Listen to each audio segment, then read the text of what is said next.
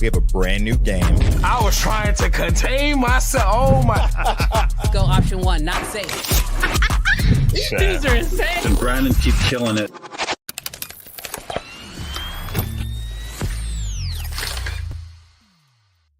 What's good, creative fam? Brandon Washington here, and welcome back to another amazing episode of Uncensored. Dude, I'm super excited about this episode because we've got a massive announcement today that's going to change, I think, a lot of things for a lot of people. Also, I've got my good friend Justin Porter on today. He will be here live with us. And we're going to be talking about something that I think is actually really important, and that is, how do you actually go about building a sustainable video production company and or business? Because the truth is that you might not actually want to run a whole production company. You might just want to freelance, because there's different challenges with each. So I know that was our question of the chat for the beginning of the show. So definitely let us know, which one would you prefer? Do you want to run a full production company, or do you just like freelancing? Is it a little bit more sustainable? Is it easier? We'd love to know your answer. But of course, today I have my amazing co-host and good friend, Mr. Jarrell, on the show with us today. What it do, bro? What's good, Brandon? How you doing? Doing good. You can mute yourself because I can hear my echo. Oh. All good, bro. I'm really excited about today's episode because I feel like we're going to help a lot of people, which is ultimately the goal for the show, right? I mean, how long have we been working together now, Jarrell? Ooh, at least a year, about a year now. Yeah, and I think a lot of like what has helped us, like I know we both have had great conversations with each other, and you said stuff to me in conversations that's like helped my business, and I know that I've done the same for you. Absolutely. And I think that's kind of like what's needed in the creative space. Wouldn't you agree? Oh, absolutely. I can think of at least two ideas that you've brought in for me, and oftentimes on YouTube, people like to over sensationalize, but you've brought in at least an extra 8,000 or 9,000 off of just talking ideas through. Yeah, and I think I could probably say about the same for you and me. Like sometimes what you give me is just a therapy session that I need, just talking to another creator to be like, yo, I'm dealing with this. Am I crazy? And like, for sure. Yeah, you guys are not alone, chat. Yeah. Like if you're struggling in your business, there's a good chance other creators are struggling with something similar, and somebody's figured it out. Yes. And that's the thing I love about networking and talking with other creators, is the fact that, you know, somebody else might have figured it out. And if you can go talk to people and be honest with those people and just let them know what's going on, you can probably solve a lot of the headaches that you're having, because there's been very few problems that I've personally dealt with where I just was able to come up with a solution on my own. It's normally multiple conversations from different people that help me find that solution. It's also the speed too. Like, how long do you want to be dealing with a problem when somebody, if you network properly, can just like unlock a door in 30 seconds? Yes. Yeah, absolutely. So yeah, no, absolutely. Let me know down in the chat. What are you guys currently going through? Let us know. I'd really love to know like what you guys are currently struggling with. I mean, because be honest and a little vulnerable. I know it might be a little bit to ask, but being a little honest and vulnerable actually is the only way you're going to find solutions. And we have quite a bit of solutions that we figured out. I'm really excited about it. I'm trying to decide, like, because we all know that we have a special event coming up, and we have a special guest at this event. And I just want to go ahead and bring him up because we're going to get a chance to see him in person in about a week, which is going to be really awesome. Let's go ahead and bring up my good friend, amazing filmmaker, fantastic wedding filmmaker, and overall just a cool dude, Mr. Justin Porter. Let's bring him up. What it do, bro? What's up, man? Dude, I'm honestly, every time I get to do one of these lives with you, I feel like I say thank you a million times just because it's dope. I feel like I was in the chat like yesterday, you know, in any of your videos, your comments and stuff. And for us to just have this relationship where, you know, we could just be boys, we could talk cameras, we could talk about life, and then be invited on your platform. Every time, bro, I thank you. So I'm excited to be here. Oh, well, thank you, dude, for being here. And, you know, I felt kind of bad because the last time you were on the show, we had planned on you being on the show. We had everything kind of set up. We were going to talk about business, and then Red went and did what Red did. They dropped that new KX, or the Raptor X, sorry, on us, and just completely just took over our entire mindset. But that Yep. was probably one of my favorite shows we've ever done, because we also had, Jared, CEO of Red, on the show. And I think we just had a great time. Yeah, no, that was a good time, man. I think honestly, we adapted well, and I can't speak for you. I know for a fact I'm a big Red fanatic. If it's not obvious with anybody, but yeah, I was all about it when you were like, yeah, man, we might refocus and talk about this new camera. I'm like, yes, say no more. Well, awesome, dude. Yeah, dude. I was like, yeah, I think that's probably was the best call for that day, and it obviously worked out really well. But ironically, at the same time, we had just announced that we were actually going to host a in-person, hands-on Red workshop here in Houston, Texas, and we had announced that you were going to be there, and I thought that was also like just like kind of a perfect thing to sort of announce. Yeah, all at the same time. The camera, the fact that we'll be there. Yeah, dude. I think this is gonna be a huge. If I y'all don't want to say nothing too soon, I'm itching. I'm itching. So, I gotta contain myself. But I am very excited about what's to come. Well, I'll let the people know why he's itching. So Mr. Okay. Porter is privileged to some information that we just found out, that I am dude, I'm just so excited to be able to announce this. And I wanted to announce it here first. So as you guys are going to notice, like this throughout this week, we are going to be posting about this on our social media. The word will get out eventually to more and more people, especially because most people who watch the show end up actually watching it on replay. But Mr. Porter is privileged to some information that I actually think changes the game for everything that we are trying to do. So as you guys know, we have this hands-on Red workshop where we're going to have educators from Red flying into Houston to be able to teach you guys how to use your Red cameras.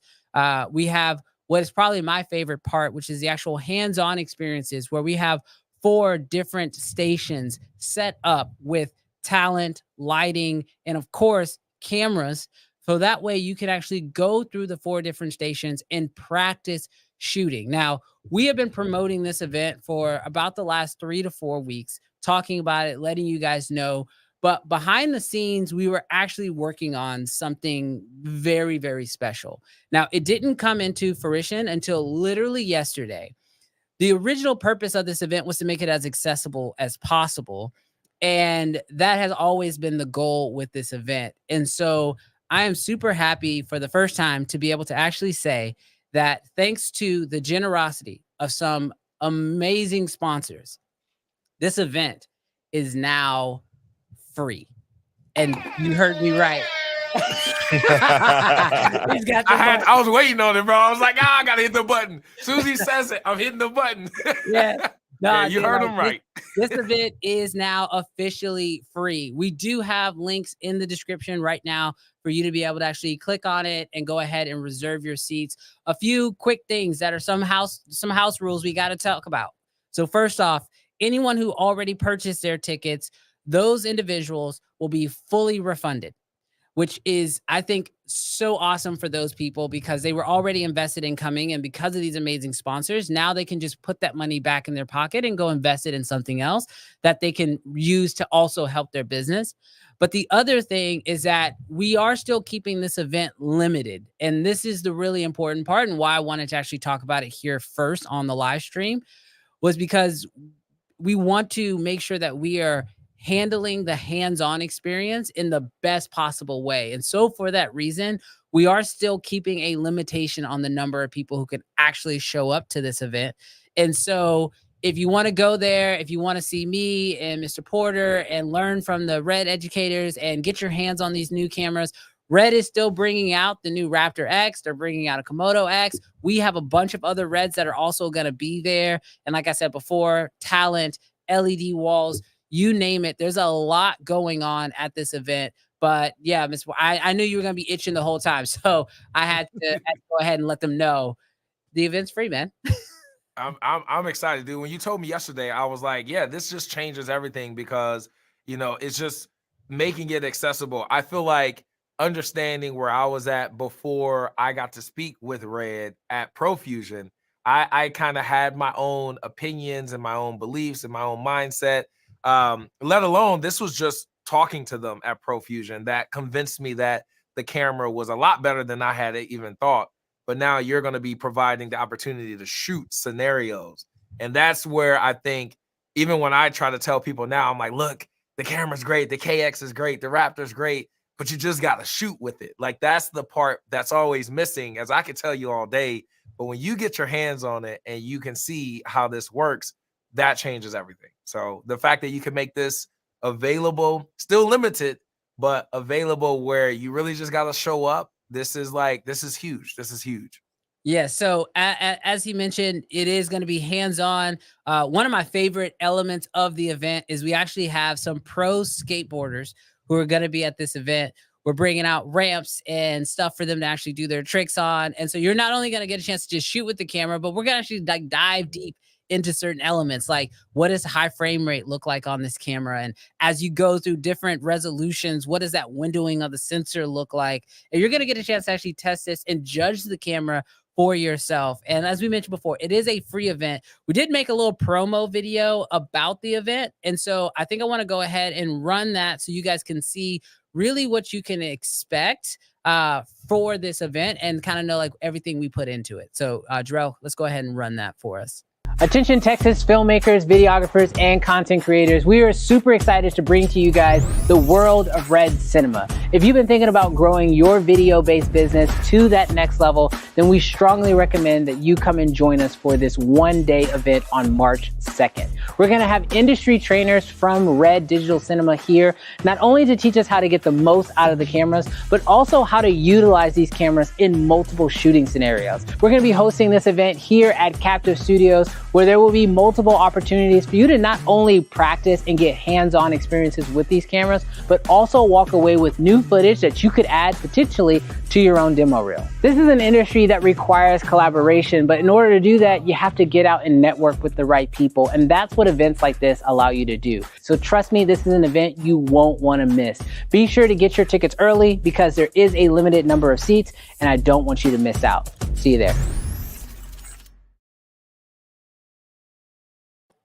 So there you have it. It is a free event. Super excited about having you guys there. The links have been put in the chat. Thank you to Lewis, Mr. Camera Junkie, for dropping that in the chat. Also, we have those links in the description of this video. So do us a huge favor. Give this video a big like right now, just to let us know you're excited about this event. But with that said, obviously going to events like this can be extremely helpful.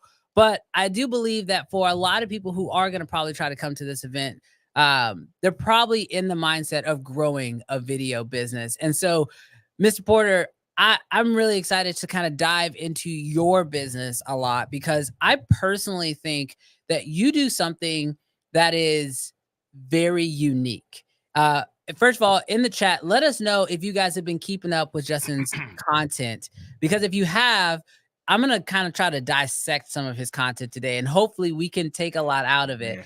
But before we get into it, I just want to know from you, when you look at your business today, what are you the most excited about or proud of? And then what are some of the things that you currently look at your stuff and you say, I wish I could make that better? Ooh, man, that's a good question. We didn't talk about this in the prep. But now, man, I think when I look at my content now, it's funny. I'm gonna say all this because I feel like my wife is watching, because it was her, and it is her. For those of you that don't know, my wife is the reason all of these like POVs of this and that. It's literally her eyes recording me in real time. So a lot of our content, actually all of it, is 100% organic. Like I am trying something or reacting to something, and she just records it. But when I look at it now, the thing that makes me the most excited is how excited I am. Like it sounds weird, but I look at it and I see the comments from people and they're like, man, you're so passionate and this energy and that energy. And then I'll watch the video like it's not me and react the same way. Like, oh, like I would laugh. And, so I find that it's it's cool to be able to put out educational content or funny content. But it also is like entertaining, you know, it's showing like the heart and the passion, because that, to me, to answer the last question you said, is what would I want to improve? I am always trying to improve my films. I think our content is only the way it is because of that desire to achieve that higher look. And the stuff that I'm comparing my work to is what's on Netflix. You know, why can't I get a Netflix deal? I know it sounds crazy, but why can't a wedding filmmaker get a Netflix? Why is there no wedding films on Netflix, you know, or Hulu? You know, and so in my mind, it's like, well, my films don't look like Netflix. They don't look like Hulu. How do we get it there? You know, obviously Yeah. these are real couples, but they even have, you know, those reality shows, and they have all this stuff that is made to be, you know, organic and stuff like that. And it's still more polished. What tools are they using? What resources are they using? Am I able to use some of that? Can I, you know, make it more accessible in my market? And I think that's what I look at now. Is like, if I could improve anything, it's always the work. It's always like, you guys look at my films and like, this looks like Netflix. And I'm like, that color grade is just not there though.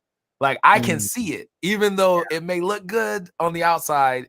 I look at it and I'm like, you can tell that this was run and gun. You could tell that, you know, it's too much overexposure. Like, I don't see that in Netflix reality shows. I don't see crazy blown out skies the way that I see it sometimes in my footage.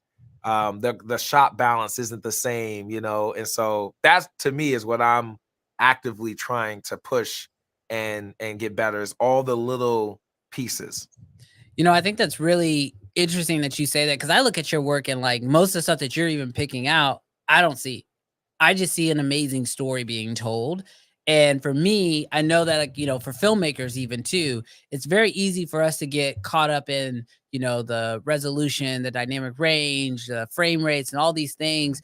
But when there's a captivating story, you kind of forget some of those things and you just get drawn in. And that's one thing I will say about your films that did draw me in, was that like I would find myself watching them, and like I publicly have said this, I'm not a huge fan of shooting weddings myself. And quite honestly, I don't even really enjoy going to weddings 9 times out of 10. But yet there was something about your films that would still draw me in. And I think it's really interesting that even somebody who is at your caliber of skill is still looking to make those improvements as you go, which I think is a huge nugget that anyone can take away, is that no matter where you are in your journey, you almost should never feel like you've arrived, right? Like there's always this feeling of, I can probably learn a little bit more. I can improve this. I can make these changes. But with that said, I would love to know for you, because you have a kind of you have a unique social media plan. And I know your wife does a lot of it with you or for you, but you know, you have a way of posting content that filmmakers enjoy, but still somehow also attract your target client, which is actually not filmmakers. And it's really unique that you do that, because I look at a lot of filmmaker social media accounts. I even audit my own account, and you look at them and you're like, are you making content for other filmmakers so that you can look cool to other filmmakers? Or are you actually making content to attract the clients that you're trying to attract? And you are one of the few people who I see who have figured out that healthy balance of both. Because I look in your comment section and you got It's both. you got filmmakers in there that's like, yo, what are you doing? This is way too much for a wedding. You don't need an easy rig, blah, blah, blah, blah, blah. But then you also have like brides and grooms or you know, fiancés who are like, oh my gosh, I want this guy to shoot my wedding. Or, oh, if my wedding doesn't look like this, I don't want it. And how do you keep that balance between posting stuff for the filmmakers, but that still attract your actual target client? Man, that's a good question too. I think I have to go back and give credit to our copywriter, Big Mouth Copy. Just a little plug real quick. But I have to, because so I hired her. It was the first time I ever got a copywriter. And I told her, I was like, look, she asked me why do I do the things that I do? Like, why is it important for me? She was like, why do you know, go all this extra steps to mic people and, you know, eat, like, just the whole process? And I was like, well, you know, I care about the films and yada, yada, yada. And she said, well, we need to tell that to your couples. And I was like, yeah, but just don't offend the videographers or the filmmakers. And this is what she said to me. And this is why I think our content shifted from that moment. She said, your client is not filmmakers, it's couples. Talk to your couples, not to your filmmakers. And I was like, oh, okay. And so she did our copy, and that's exactly what it was. It wasn't like we were trying to, discredit filmmakers, but we had to say the things that we knew our couples felt, our ideal couple. Like, we don't care about shots of your eyelashes getting glued on. And then our couples in our consultation calls would be like, yeah, I read your website. And we were like, oh my God, I can't believe that. We don't want that. It was like, it was a weird shift, right?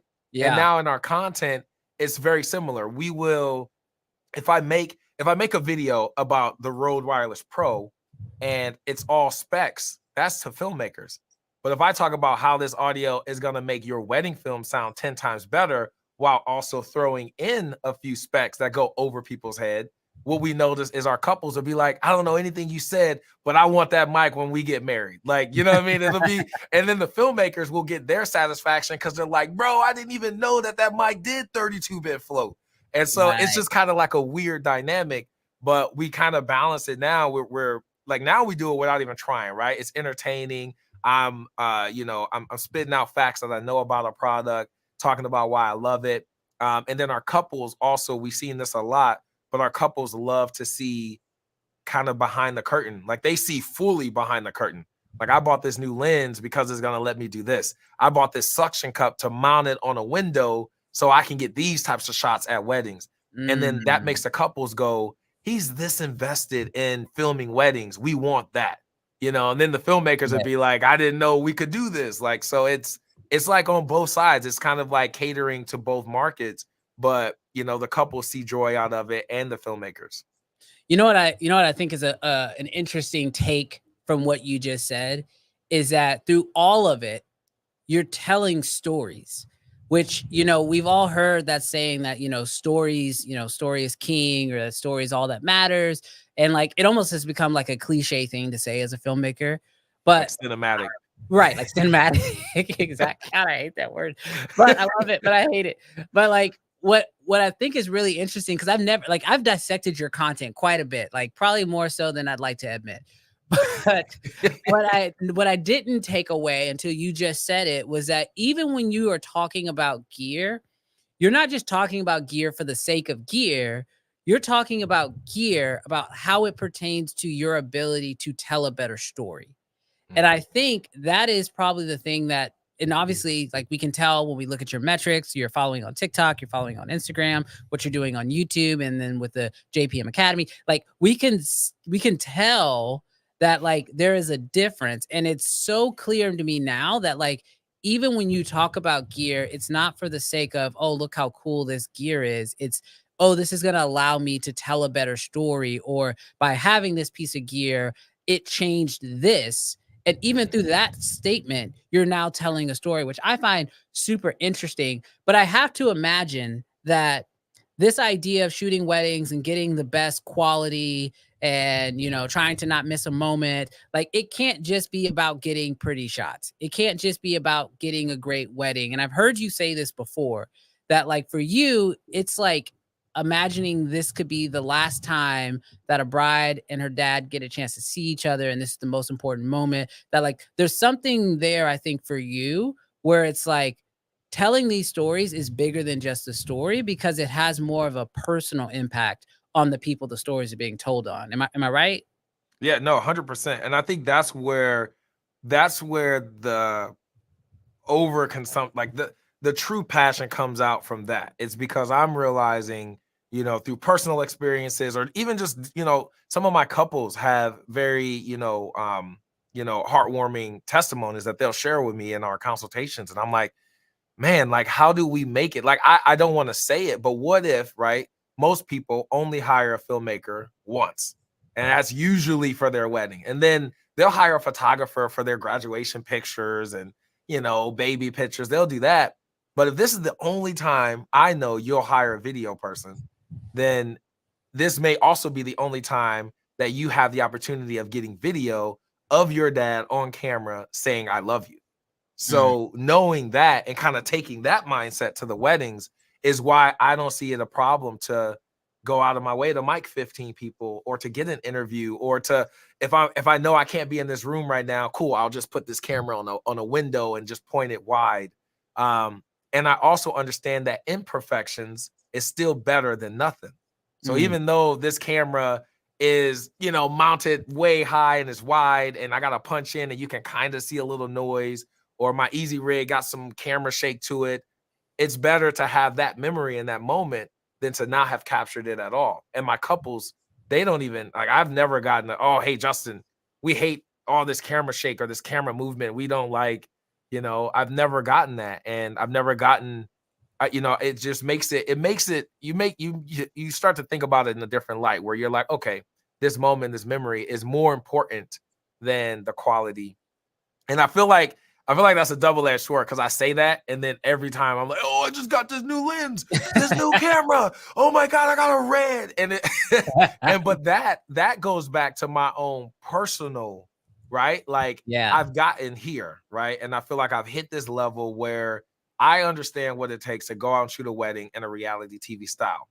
Now I'm like, I figured it out. All the gear stuff before was how do I use a gimbal for reality? How do I, hold my camera longer for reality? I got that. Yeah. Now the goal is how do I polish it to look like Netflix's reality? Yeah. You know what I mean? Like now that this is just personal because I could easily just stop buying stuff and just go with the flow right now. And all my couples would be content. Everything I'm doing now is just how do I make it look just as good as what we see on the big, the big platforms. Yeah, no, absolutely. And like, I can tell that, like, I mean, obviously I love you. I think it's on Instagram. You have a community and it's like, I'm done buying gear, but you literally every other post is you buying some other people's gear, which is just hilarious from a filmmaker standpoint. But I know that like, you have this nonstop pursuit to just keep leveling up, which I think every filmmaker needs. And for a second, chat, I want to open up the opportunity. Jarrell, let's drop one in the chat. Let's open up an opportunity for you guys to bring up some questions. So we're gonna try something new here. Within YouTube, we have a way where we can add a Q&A section. We've never done this before, but we're going to give it a go this week. And I want you guys to go ahead and drop in a question for Justin. And while you guys do that, Justin, I kind of want to like peel back a few layers. And I want to ask you, it's your first time shooting a wedding. Let's go back to the first wedding you've ever shot, or one of the first weddings you ever shot. What was it about that day, about that interaction, about, shooting a wedding for the first time? I don't know what camera you probably had back then, but what was it about that made you say, oh yeah, I kind of like where I'm at? Well, in the beginning, I think so. I filmed my first wedding was an elopement for my wife's best friend, right? Okay. And so that one, I felt like, how you make something or you do something, like you have kids, right? That feeling you get when you do something for your kid and you just see the joy, right? You see the gratitude that they have, like, oh, daddy, thank you. Like they're so excited. Yeah. It's weird, right? But like I filmed that elopement and I felt that, like in the moment filming it, I felt that joy. I felt that, wow, this is like, look what I am giving them after this happened. Like their parents weren't there, but I got to record it so that they could see it, right? Yeah. And then when I filmed my second wedding, that was an actual wedding. I felt immediate joy. It was just like, man, this is fun. Like the process of doing it, I never was on that side of like, it's too long, the day is too hard. Like I always found joy in it because I enjoyed, just the interactions and the people and stuff like that. And so it just continued to progress until, I think you said this earlier, right? If you never want to level up, then, you should always want that as a filmmaker. Mm-hmm. And I think for me, being complacent is, for lack of a better word, is boring. Like I have my imagination is constantly all over the place. And so for me, it's like, even if it is perfect, even if I get my films to Netflix standard, the next goal is, well, why is it not on Netflix? It's not, you know what I mean? It's like, okay, well, what can we keep doing? And so back in the beginning, that was kind of, that idea was out of it. It was just, I wanted to create, and I love that satisfaction of being able to give this back. Reviews is like my favorite thing. Couples will just, oh my God, Justin, this is amazing. Like, people post it. I'll see wedding filmmakers post it. To me, though, when I get that, it's like, this is the best. That is better than the payment. That's better than recognition from other filmmakers.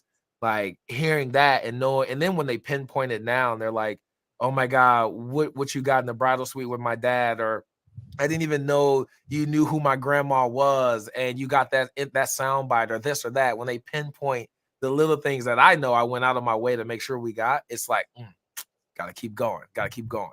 Yeah, well, and I think that's huge that you found something that brought you that type of joy, and that you were able to, like, because like all those other things, as you mentioned, like, the day is too long or it's too difficult or whatever. I think those are normal sticking points for a lot of filmmakers, but you found something that brought you passion beyond that.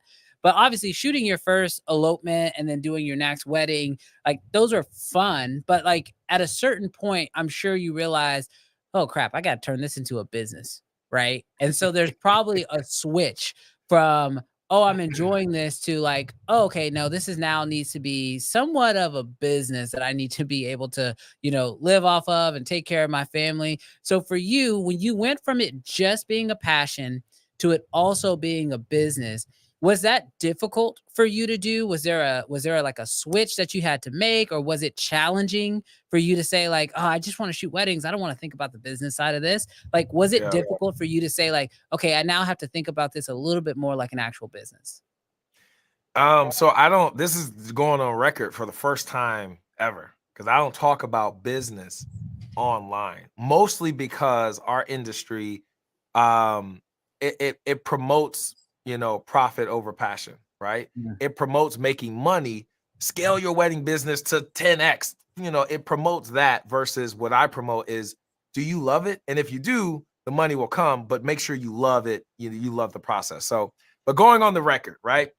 I have always been an entrepreneur. That's the thing about me that I love. I love business. And my wife is the reason for the slower schedule this year, because she's like, babe, you can't be doing this. You got to be at the kids' football games. Because me, I'm like, well, business doesn't have limits, right? Business Mhm. doesn't have quotas, or it has quotas, but it doesn't have like restrictions. Like Amazon's never going to go, we're only going to do a billion in revenue this year and call it quits. We're not going to sell anything else like that. They have the goal of 1 billion, but they're shooting for 3, 4, 5, 6 billion, right? And so for me, even in the beginning, having a business was always like, this was always the goal, was like, I know I want to run my own production company. And when I would do consultation calls with people about the money side of things, I would often tell them, are you working like a freelancer, or are you trying to operate as a business? Mm. Because there's a mental shift you got to change. Freelancers have a day rate and they don't budge. Freelancers have, you know what I mean? I only work on these days. I only work on these hours. Yeah. Freelancers, I don't do emails at home, right? Businesses don't have that. Businesses run 24/7. We're just not large enough to be like Amazon, where like Jeff Bezos isn't answering your customer service call. He's got people that's got people that's got people that's doing it. But Right. until you get there, you are wearing all the hats. And so even in the beginning, for me, it was always a business. It was always, I know I need to operate and move in a way that, you know, that runs and functions very similar to how a business does. You should have a monthly goal as a business to make a certain amount of money, not itemize that based on the, because I've done weddings, and I shared this in one of our calls, one of our mentor calls. But I was like, man, there's a month where I knew like we know our overhead is at X amount. Like, let's say your overhead is 10,000 a month. Your goal every month is at minimum is Yeah. 10,000. So you should never come in less than 10,000. But if a client comes in and says, hey, our budget's only 2,500, and you're 2,500 away from your $10,000 goal, but your freelancer mindset is going to tell you, no, my starting rate's $3,000 or 35, you're going to say no. But the business side is going to say, hit quota and then see what we can do past that. So it's, Yeah. for me, it's always been that. It's always been, before my wife and I started doing this together, she had, or before we were even husband and wife, we were just like boyfriend, girlfriend. So, you split everything in the middle. Before we were like, okay, you're gonna be my wife, so we got this. But before that, it was she had her half, I had my half. So I knew like, okay, I got to make this amount running for myself just to cover my half of the bills and the expectations of our family. And now the table's turned a little bit where we see the business together, and it's like, okay, we got to make X amount to make sure we cover everything, and then push past that. Anything past that is just kind of like icing on the cake. That's your profit. Yeah. Well, shout out to your wife real quick, because she kills it, bro. Like I look up to her like when it comes to social media and everything that she's doing. And y'all definitely have a fantastic dynamic. And obviously what y'all are doing is working. And I hope everybody got those little nuggets. I know he was dropping little gems, and we'll definitely cut this up and put it out there for you guys. But he absolutely just nailed it. There is a different mindset between being a freelancer and being a business, and kind of shifting your mindset to that is super important. All right. I think we got a question. Let's go ahead and pull it up. Jarrell, what's our question? Yeah. So we got a question come in. It basically says, do you charge more, Justin, for your wedding videos as you upgrade your equipment? Ooh, that's a good one. So here's my thing, right? Your couples don't care what you shoot with. Like even corp, I feel like only big budget corporate people care about what you shoot with. Like if you're shooting a commercial for the Super Bowl, they're worried about what gear you're using because maybe they have broadcast restrictions or whatever. But in my eyes, as an artist, I always use this carpenter analogy because I used to be a carpenter like a long time ago. I still love to do it, but a carpenter is not going to charge you to build. If they build your house, they're not going to charge you based on whether they're going to use a nail gun or a hammer, right? They're going to use the most efficient tool to get the best result and complete the project, whether that means using a nail gun or using a hammer. But on the flip side, if you hire that same contractor to build a birdhouse, the same mindset applies. They're not going to charge you if they're going to use a nail gun, stick glue, a staple gun, whatever. They're just going to get the job done. And so for me, I've never charged, even though I have the Raptor and the KX and we shoot on RAW, like I'm not charging because of that. I'm not charging because I upgraded my equipment. I'm not charging because I'm using my drone or I'm using my gimbal. I'm charging to create the best possible art, which is the film that they get. That's what I'm charging for. Everything else, like, yeah, the prices go up a little bit as demand rises and stuff like that. But everything else is like, I'm focused on perfection from a filmmaker standpoint, from my own personal, what I believe I want to hit, what tiers I want to hit. Like audio was one thing. So I was like, you know what? Let's focus on audio. And I went down that rabbit hole and I was like, until I was confident that my audio met the standard, then I moved on to something else. But I'm not going to charge my couple because I'm using Sync and Cost 11Ds. You know what I mean? Like for the most part, they won't know the difference if I use a Sync or if I use a Rode mic. But to me, I want a certain look, quality, sound. That's what I want. That's not what they necessarily care about. So the price shouldn't be reflected based on whether or not you upgrade equipment or because you own a A1 or FX6. Like that doesn't deter. If you say that in the sales call, they'll probably look at you like, I don't care. like you would lose that couple if you said, yeah, so we shoot all weddings on Raptors, Komodo X's, we film in RAW, so it's R3D format, it's 16-bit RAW. They go. Who cares, man? Like, are you gonna give us a good film or not? Like, so I got it. That's the perfect answer.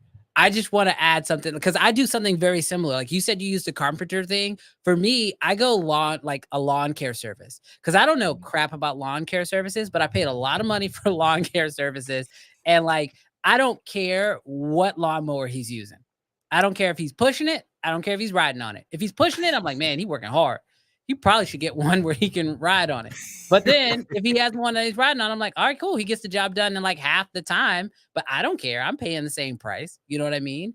And so I think, it's super important that like when we get into filmmaking, we can get overly obsessed with like, oh, if I get a better camera, I can charge more money or this, that, and the other.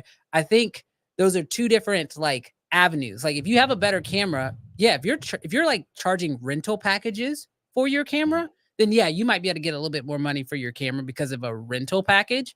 But aside from that, like if you're providing a service, which the service is to make a video for the person, charging more because of better equipment doesn't really make a lot of sense.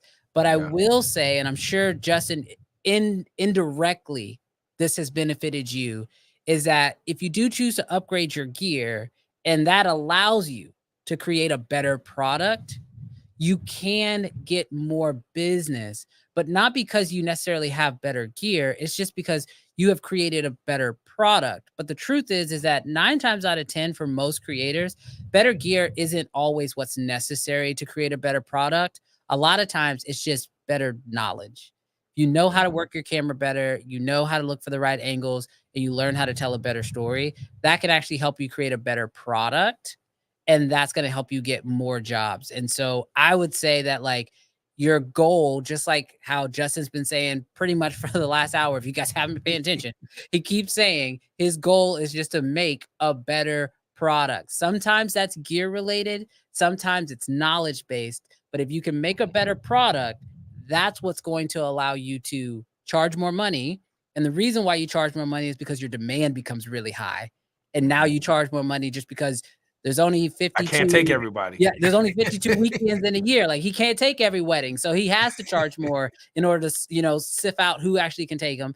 And then you're creating a better product, which means now people are sharing it and they want to see more, and they keep passing that around. And now he's getting booked 2-3 years out in advance, and he's like, "Well, I don't know if I want to be doing this in 3 years. So if you want to book me 3 years, you got to pay a lot of money." You know what I mean? Because he's locking down a date that far in advance. So I would say if you're thinking about buying gear to, be able to raise your prices, don't necessarily think about the gear. Think about how can I create a better product that I can sell as a service? And if the answer to that is gear, then yeah, you're good. But if it's not gear, most of the time it's knowledge. You can absolutely create a better product just with the knowledge alone. Yeah, I think that's huge. Oh, my bad. Oh no, you're good. No. Go back. Go ahead. All right, Go ahead. You dropping gems, bro. We got two more questions. All right, we'll speed run these questions. But yeah, all right. So next one is, with the amount of footage, Justin, and audio you capture, how do you manage backing up and securing footage throughout a wedding day, week, or month? That's a really good question. So I think I remember seeing like maybe it was Peter McKinnon or Maddie. It was an old Maddie video, and they were like, "We lost it all." And I remember watching that video like, that never happened to me. I think until you lose a lot of data, you won't see the value in investing in storage. That's one of those things that it hurts when you buy $5,000 worth of hard drives. It doesn't, there's no immediate, like mine is in a closet. You never even see it. But, I lost 9 terabytes in 2020 of footage. Yes. Yeah. This is another thing that I've never gone public and said this. So, but I lost so much footage at one point where I couldn't not care about storage. So I had like whatever it cost to never call another couple and say, I don't have any footage from your wedding. I was willing to take. Like at that point, I didn't care about cameras, the new lens, batteries, monitors, mics. I didn't care about none of that. It was, what do I need? RAID? Okay, how does RAID work? Okay, how do you back up? Maybe I need additional copies, right? I'm still gonna shoot raw, blah, blah, blah, blah, blah. So it kept growing. Now the system is with NAS units, and I see this all the time in my comments and on my videos that I've made about NAS units. And it's like, this is unrealistic. It's overkill, blah, blah, blah, blah, blah. But the thing about it that a lot of people don't realize is you can start with a 20 bay NAS system and put one drive in it for very inexpensive and buy drives over time. And it just continues to grow your storage pool. So for me, I've got 2 NAS servers here in the studio. One auto backs up to the other, and then that other one uploads to Dropbox. And we store all the proxies and we save it all through Dropbox. There are more expensive ways that you can go with like Backblaze to do NAS backups, stuff like that. For me, what I do is I keep all my proxies. That way it's a little inexpensive, but if anything was to hit the fan, I could still edit a project. Obviously, it's not going to be 8K, it'll be 4K. It'll, it cuts it in half, but I'll still have really good, decent resolution proxy files to do a full edit with. I 100% agree. I have the same thing here. Got a NAS system. It sits and I right don't even here. feel like that's enough sometimes, bro. It's so funny. Like, I feel like we've had like a lot of this, like we've been living the same life, like I have it on footage. I had to call, no, ironically, it was a wedding, and I don't shoot a lot of weddings, but the moment you have to call a bride and tell her you don't have your footage, bro, you don't care about anything else other than hard drive. You're like, I got to get my system locked in. No, absolutely. Losing footage is that's a moment. That moment. And then we didn't even talk about how expensive it was to attempt to recover the 9 terabytes. But then I realized the value in my insurance. I was like, oh, we can't never go default on insurance. I'll lose everything, but I'm never gonna not pay my insurance bill. You know what I mean? Like, it was because I was just like, oh, you cover that? Wow, like it's so many things that you don't think about. And again, if you're living this freelancer mind, because I got insurance day one, I was always afraid of showing up to somebody's wedding and a light stand falling and hitting somebody and getting sued, and they take everything that I have in my personal life. I was always afraid of that. And so day one, I was like, nah, we getting insurance, general liability, let's get covered. But yeah, storage and recovery costs and all this stuff, it's just like, that's one of the things I feel like if I could go back to the very beginning, outside of getting insurance, it would have been from day one, figuring out what the best storage solution was. And if I couldn't afford it, doing what I just said, maybe buying one drive and then buying the shell and adding to it over time, instead of doing what I was doing and had like 50 T5s and, what I'm saying, like just no solid solution at all. Bro, I'm with. I thought a safety drive was the lacy ones with the orange bumper around it. I was like, oh, it's got the orange bumper. That's safe. That was my idea of safety when it came to a drive. All right, I think we got one more question, and then I'm gonna ask you one question for myself, and then we'll transition into our next section. Yeah, the last question is from Kofi. Oh, what it do, Kofi? I don't know. He's asking if he can come on next week. Well, I got a feeling, Kofi, you're going to be either on a plane or in an Uber, because Kofi, actually, if you guys don't know, Kofi is going to be on site for our big Red event next week. And if you guys are tuning in now and you didn't already hear, because of the generosity of some amazing sponsors, our Red event, where Mr. Porter here is going to be actually speaking, and we're going to have Red trainers and so much stuff going on, is actually now free. You heard that right. The Red event is now officially free. So this event is taking place in Houston. Super excited about this. Oh, hit that button, Porter. Yeah, I was about to hit that button, Porter. Every time he say free, I'm hitting it. It's just gonna happen. So we're really excited to announce, like, of course, now the Red event is now free. So if you are in the Houston area, we do have links. I can't focus. I got too much ADHD for that button to be going off.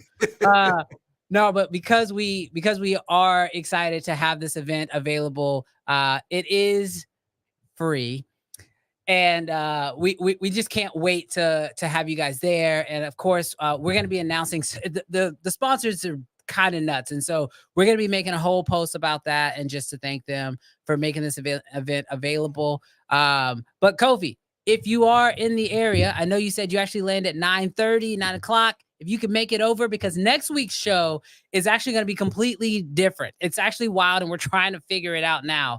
So next week, because the event is actually next Saturday, we're actually going to be doing the live stream from Captive's studio. So next week's show, we won't be here.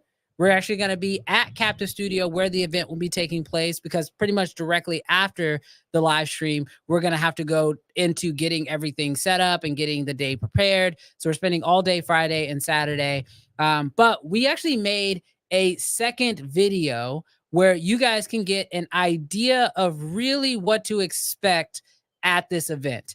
And I can't wait for, like I said, for you guys to be there. It's going to be an amazing event, and you guys have to check out what you guys can actually expect at this event, because it's pretty nuts. Hey, so you're interested in showing up to the world of red cinema, but you're asking yourself, well, what the heck should I expect? Of course, we're gonna have industry leaders there educating and teaching us about how to get the most out of our red cameras, but we've actually gone even deeper to make sure that you have 4 unique individual experiences with these cameras. First, starting off with virtual productions. This is an area that typically can cost a ton of money to learn how to do, but we have implemented this into our event. We're super excited to say that we will have an LED wall along with a virtual experience, so that way you can start to see what it would actually take to shoot virtual productions. On top of that, we have a dedicated psych wall where we're going to be testing out some high-speed motion. These red cameras now have the amazing ability to shoot at very high frame rates, and so not only will you get a chance to see what these cameras can do, but ultimately you'll get a chance to see what it's like to work with high speed with these cameras. Next, high dynamic range. We all know that red has incredible dynamic range, but how good is it really? So we're gonna have an entire area set up for you to be able to test that out for yourself. We'll have lighting, we'll have actors, and we'll have an entire scene where you can adjust the lighting to see how good is the dynamic range and how much can you actually pull from these cameras. And last but certainly not least is our 4th station, which is all dedicated to the new global shutter. As you probably heard, Red just came out with a new Raptor that has a global shutter in it, but this is a global shutter technology that we've already seen in the original Komodo as well as the new Komodo X. So you'll get a chance to test out and see for yourself, is global shutter really worth all the hype? At the end of the day, this event is about you getting hands-on with these cameras and seeing what they can do and ultimately seeing how you can benefit from it, how it can actually help your art and how you can go further with this technology. I'll see you guys there. So yeah, really excited about this event. It's going to be absolutely amazing. I did see a question that popped up. So now that it's free, you should record it. So we're working through those processes right now. Full transparency, over the last 3 weeks, we've been talking about the event, but my goal the entire time was to make it as accessible as possible. And so I have been spending so much time to try to get us to where we are now. And I'm very excited that we've made this event basically almost fully accessible to anyone who wants to be there. That said, there is still limited seating. So you do still have to get a ticket. You cannot just show up. This is a full event. It is a full day event. We're going to be going from 9 a.m. to 6 p.m. with a optional after party networking thing afterwards. So if you want to come hang out, network, that kind of thing, you can be there. But it is a full day. It is going to be something you're absolutely going to enjoy. We have put so much work into making this event what it is. And I can't wait for you guys to be there and to hang out with you guys in person and get hands-on with these cameras. That said, it is now officially time for probably my favorite part of the entire show. Don't get me wrong. I love the conversations that we have, but I'm just a competitive person who loves to play games. And so today it is time for a game that we have done before, but it is definitely one of my favorites. Jarrell, you want to walk us through what we got planned for today? Absolutely. I got a game. This is probably one of my favorite games. And do you want to run it? Let's run it. Let's run it.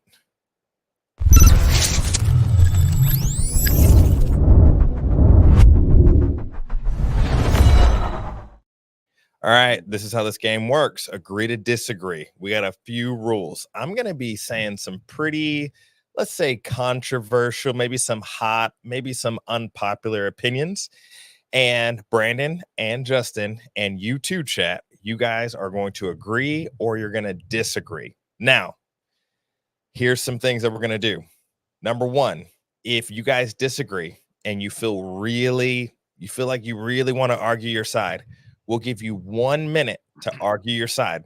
Now, if you convince the chat or you convince the other person that your side is right, then you don't have to rebuttal. But if, like, say there's a disagreement on, you just go a little bit further, you get 30 seconds to basically do a rebuttal. And so, are you guys ready to play? I think I'm ready. Also, chat, we are going to be throwing up some polls.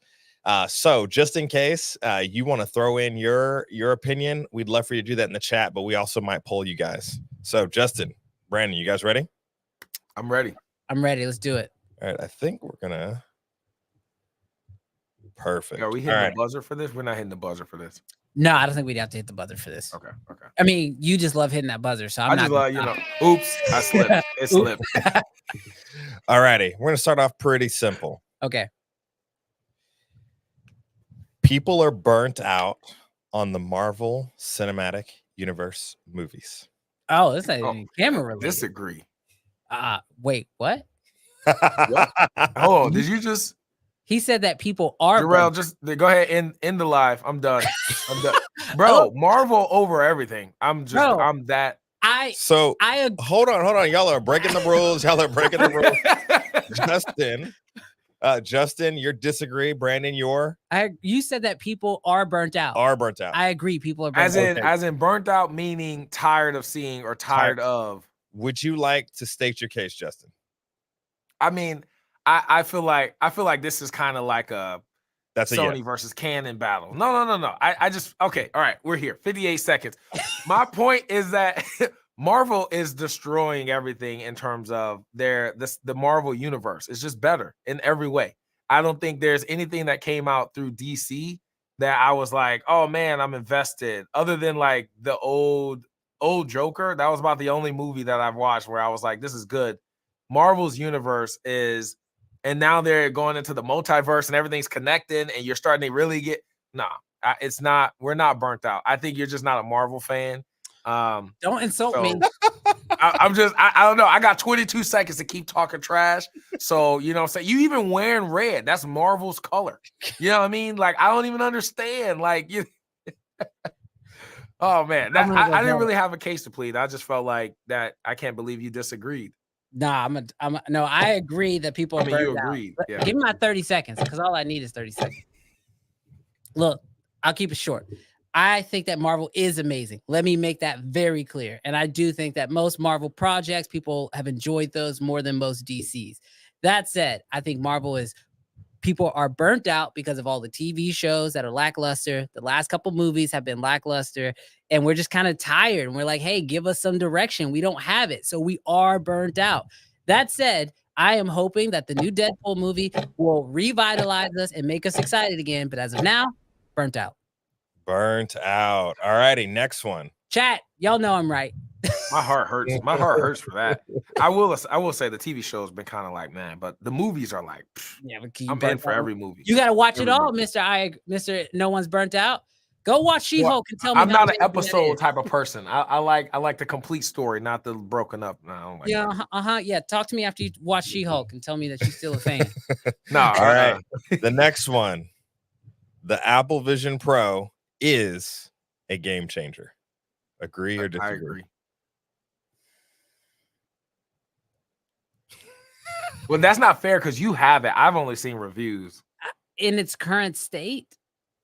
Is. Okay, you know what? I will say it. I'll agree. It is a game changer in like 3 years. Let's go to the next one. All righty. 10-bit is overhyped in cameras. I disagree. Yeah, I disagree. You need it. Yeah, you gotta have it. Yeah, you need it. Yeah, bare minimum. 8-bit in this era, if you're doing any type of color grading, is just like, why? You know? Nah, you're gonna lose it. It's gonna break in like 2 seconds. Immediately, yeah. You shoot a black person in 8-bit, let it go. I'm gonna say that right now. I didn't know where you were going with that. Yeah. You shoot a black person in 8-bit. yeah. Let him finish the sentence. Let him finish the sentence. Too long. I paused at the wrong spot. My bad. You took a breath at the wrong time, bro. You should have inhaled and then said the sentence. It's all right. No, I got that's one full sentence. We'll edit that gap out in post.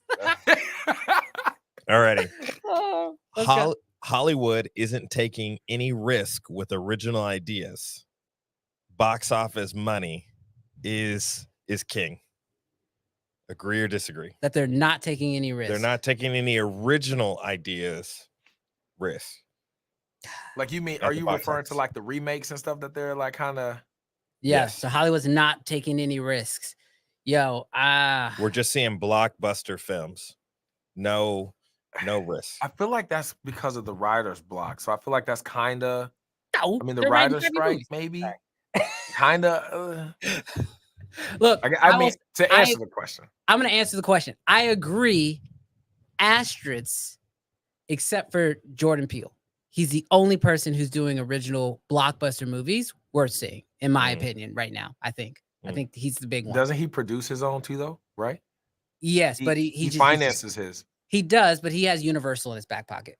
But yeah, no, I would say Hollywood minus Jordan Peele is not doing anything original, and I'll agree with that. I'm only agreeing because asterisk. I think it was due to the writer's block. Like none of the writers are writing or helping these people write. So it's like, all right, we're at a standstill. Let's just remake Back to the Future again. Please don't.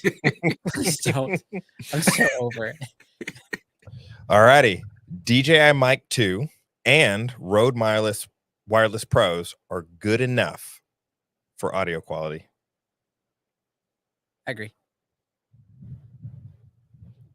Man, that's a hard one. You put me in a tough. Like I agree. Asterisk. Do you want a minute?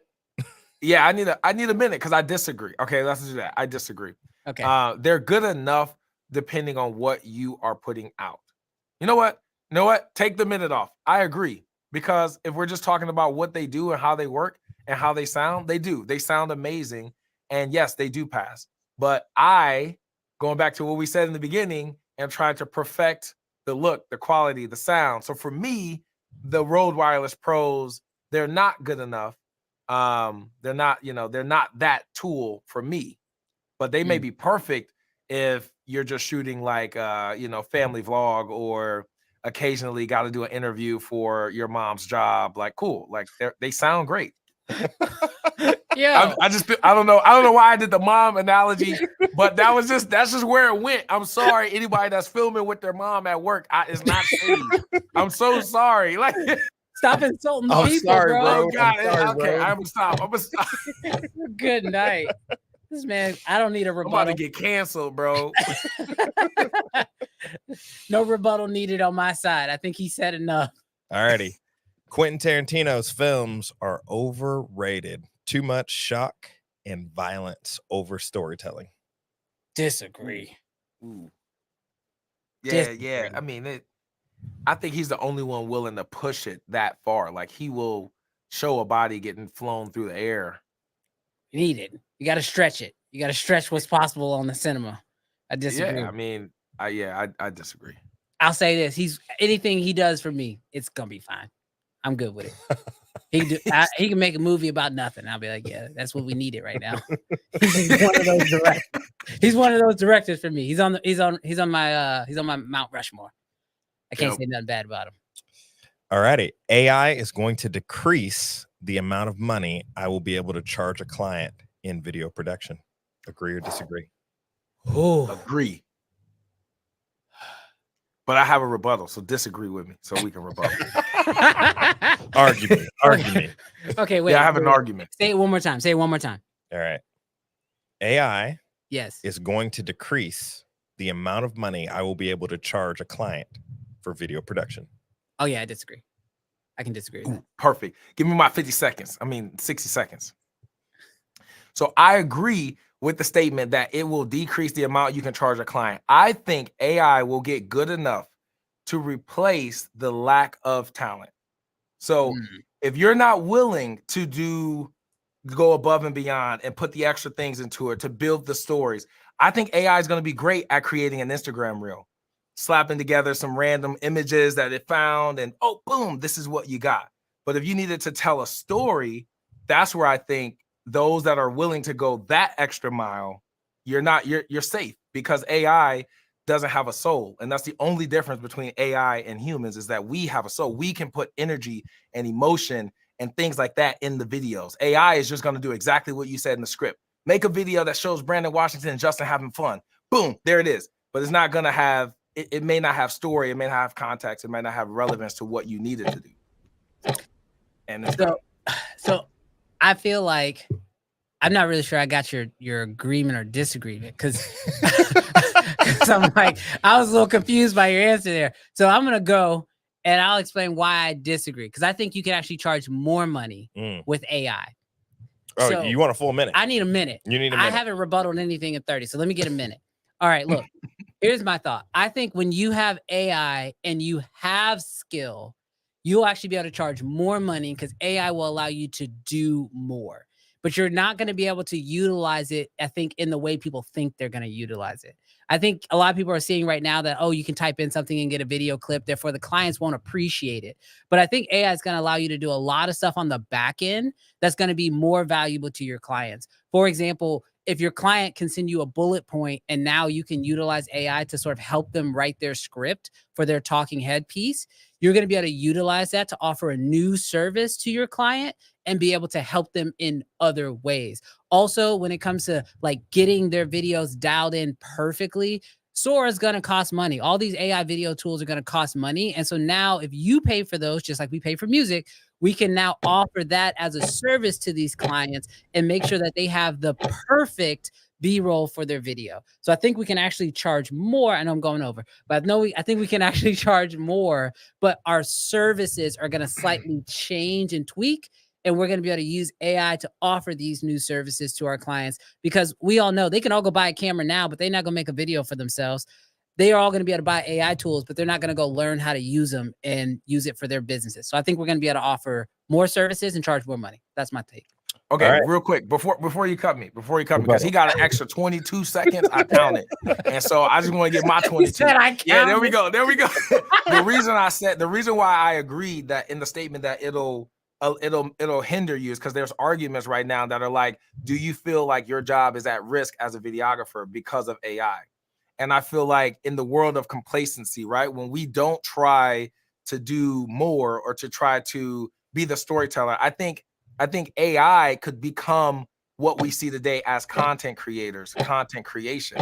AI could substitute, like a business could see, oh, I could go to Canva or go to this video AI software and make a little reel and pay $30 a month to get these reels that help my business instead of paying Brandon Washington $3,000 a month to come out and shoot content. It's going to be something where, like, if you lack business skill, it may be hard for you to sell because they're going to see value in AI and not see value, you're not being able to sell the differences between it. So I agree with what you said and how it can help you, but that's if you know how to use it and assuming that you're also good at using it, good at video, good at business. But if you're not, like, for example, we hired a copywriter 2 years ago, but now we use ChatGPT for everything. So you see what I mean? It's like my desire to go and find a copywriter out of the gate is not nearly as strong as it was 2 years ago prior to ChatGPT. We gotta cut it. We're gonna leave it. We're gonna leave it for the audience. You guys are polling it right now. What is the poll? Where's the poll? What's the question? We got 56. It's the AI. What's the question? Is it going to decrease the amount of money I was able to charge a client for video production? We got 64% saying no. That's it. That's my side, right? Yeah. Well, it's ongoing, so we'll see. Well, no, that's it. We're gonna call it. I win. 64%.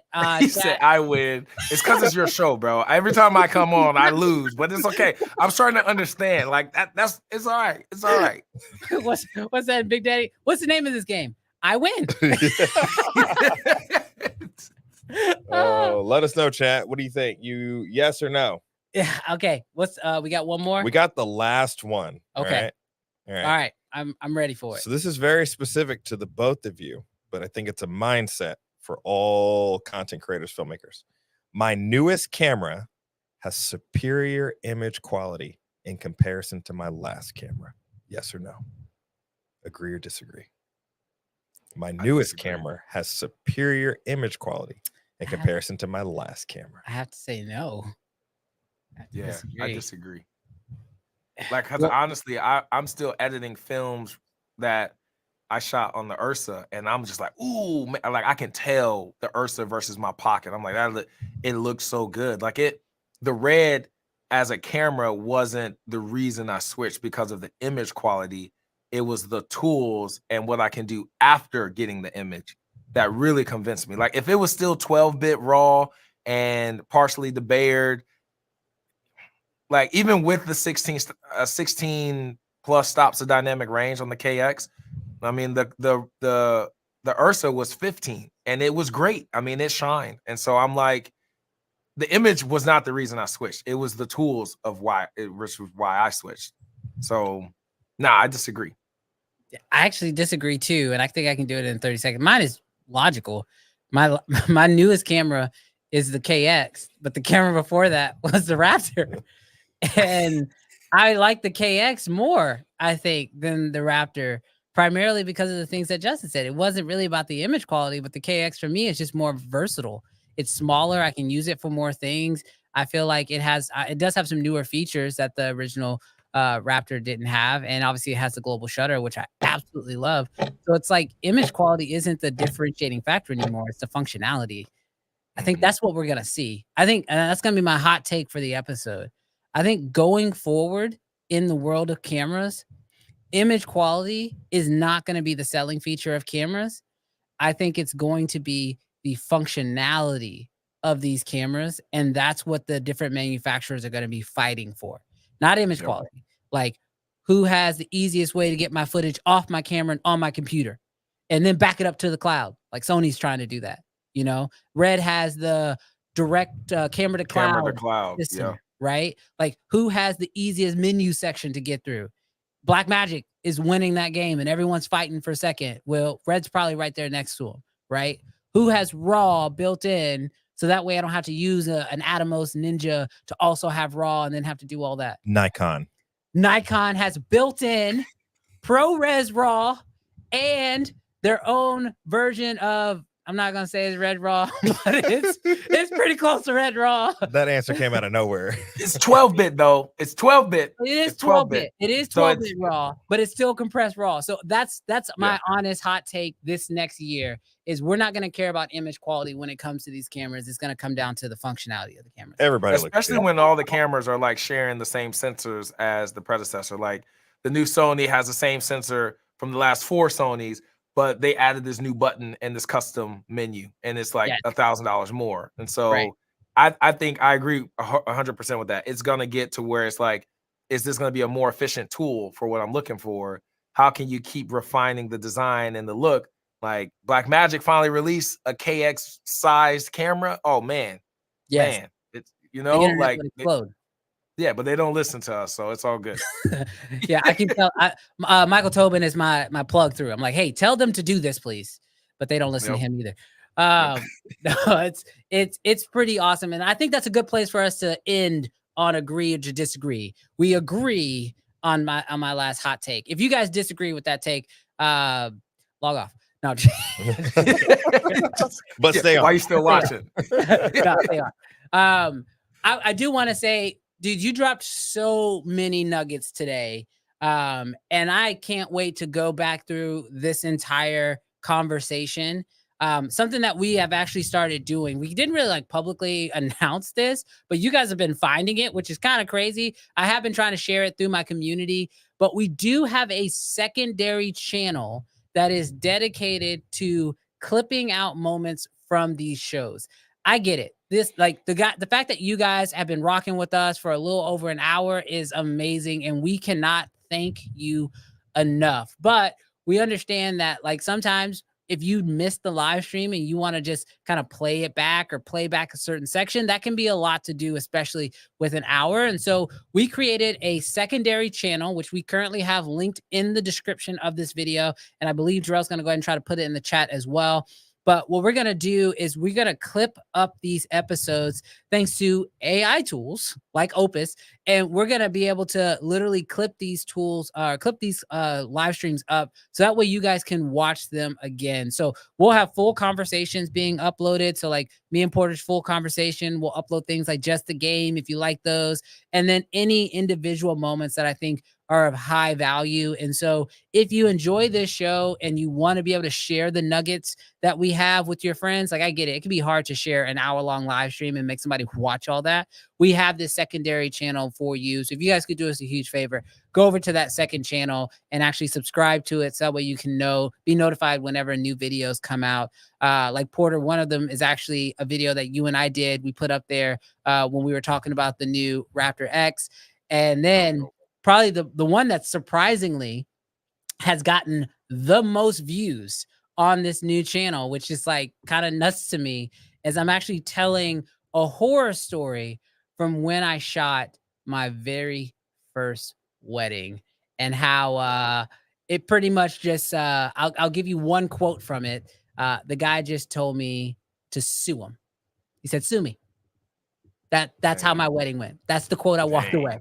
At the end of the wedding, the father of the bride said, "Sue me." So I'll let you guys go watch that video on that second channel for yourself, because to relive that story again is gonna be tough. But yeah, go check out that. It's on the new channel. Definitely subscribe to it, because I think it's gonna be something that you guys will really enjoy. And then of course we'll have clips from these live streams over on that channel as well. But Justin, always a pleasure having you on the show. Always fun to have you here. We've had a blast. Thank you so much for all the nuggets, giving us some of the insights, especially on like your business and just other things that you're doing. Love you. Love your wife. You guys are crushing it. You guys keep pushing the boundaries in the world of wedding films, but you guys are also pushing the bounds in just filmmaking in general. And I think whether you're a wedding filmmaker or you're someone like myself who tries to steer clear from wedding films, there's still so much that we're learning from you guys. And honestly, the fact that you're willing to put that up online for people is absolutely amazing. Where can the people find you? And if they want to go even deeper with you, what are some of the things that you guys are currently putting out there for the people? Yeah, so I'm available. Social media, Instagram is probably the best place to reach me, is Justin Porter Media. And then, of course, we have our academy as well, the JPM Live Academy. If you want direct access to me, that's kind of what I prioritize, just because, you know, it's a lot to keep up with the emails and the comments and the DMs. It's a lot, but I still try to make my way through them. But inside the JPM Live Academy, we do weekly mentor calls. So every Wednesday we meet. We can talk about whatever you want. Sometimes it's focused. Sometimes it's just everybody saying something and we're just there as a group, as a community. But I also just want to leave it, because we're talking about business. If I could just say one last thing, Brandon, is that okay? Just one Dude, last do your thing all day. Okay. I just wanted to end it with, we were talking about earlier, I said something about freelancer versus operating as a business. And it reminded me of when I had this conversation. I used to do this. I used to do these, like, you know, fitness videos and stuff for people. And I would tell these companies, like, just because you own the gym doesn't mean you should be the person in the commercial, you know? And I feel the same way. Like, thinking about it is like, just because you own the camera doesn't mean you should own a production company. You may be better as a shooter. And I had a mentor call with someone and they were like, dude, I hate the business stuff, man. I hate all the emails and back and forth with our clients, the negotiations. I'm like, then just shoot. It's perfectly okay to find someone who will do that and you be just a lethal shooter, somebody that's great with the camera, great with directing, stuff like that. So I just want to leave you with, if you're wondering if you want to just freelance or operate as a business, think of all the things that it takes to run a business. You know, all the day-to-day, the HR, the emailing, the back and forth, client management, all of that. If you don't want to do that, then maybe you just want to freelance and do something where you can just work for someone who's handling all that. And you show up, do the best that you can with your camera. You go home and they stress all night and every day. And, you know, like me and Brandon, where our beards are turning gray, you let us do that. And it's okay. There's nothing wrong in that. But not every videographer needs a production company. Some videographers just need to be videographers. And some videographers want to push the needle and run and manage a team. And there's a distinct difference between the two. Dude, that's so good. That's such a great way to end it off. And I'll let it end right there. Thank you so much for coming on, dropping these nuggets. We're definitely going to clip that one too, because I think a lot of people need to hear that, because I appreciate you, man. It's awesome. But thank you so much. You guys have a great rest of your day. We appreciate you, brother. Love you. Thanks for coming on. Guys, dude, I swear, if you guys didn't take notes, be sure to come back and rewatch this again. Check out the second channel where we're going to have these nuggets broken up, because there's so much in this live stream. Hopefully you guys got some great nuggets out of it. Do me a huge favor in the chat before we get ready to get out of here. Let me know, what is the one thing you took away from this live stream? It could be that Justin has a terrible gauge on how burnt out we are on the Marvel Cinematic Universe. But it also could be one of his amazing business nuggets, or how he actually is continuing to grow his production quality for the sake of creating a better product. Whatever it is, let us know in the chat, especially if you're someone who just listens. I know it's easy. You put the phone on, you kind of put it in your pocket, you're just listening to the podcast. Do me a favor, take your phone out of your pocket in the chat right now. Let us know what is the thing that you took away from this, because this is actually going to allow us to be able to make this show better every single week. As you guys know, we try to bring on guests on a regular basis. And the purpose of that is because we feel, like we said at the beginning of the show, there is so much you can learn from people just by having conversations. And just like me and Jarrell has said, we've learned so much from each other. Our businesses have grown, our finances have grown, our client acquisition has gotten better, and all of this just came from having conversations with one another. So if you enjoyed that, definitely put that in the chat. I'll also say, if you want to take that to the next level for free, you can absolutely show up to our Red event. We are having it. It is going to be on March 2nd. So not tomorrow, but the following Saturday. It's going to be at Captives Studios. And what's awesome about this event is that we have it available for you. All you have to do is check out the link in the description. We've put the link in the chat a few times, but definitely go and take a look at this event. You're not going to want to miss it. We are so excited and happy to see you guys at this event. You're going to get a chance to talk to other creators. You're going to get a chance to learn. And ultimately, we're just going to have a really good time on a good day on a Saturday. So we look forward to seeing you guys at this event. Thank you guys so much for tuning in to the live stream. It is always a pleasure to do this and hang out with you guys. And of course, we'll see you guys next week from Captive Studios, where we'll be doing our live stream because we'll be having the event the next day. Thank you guys so much for tuning in, and we'll see you next week. Peace.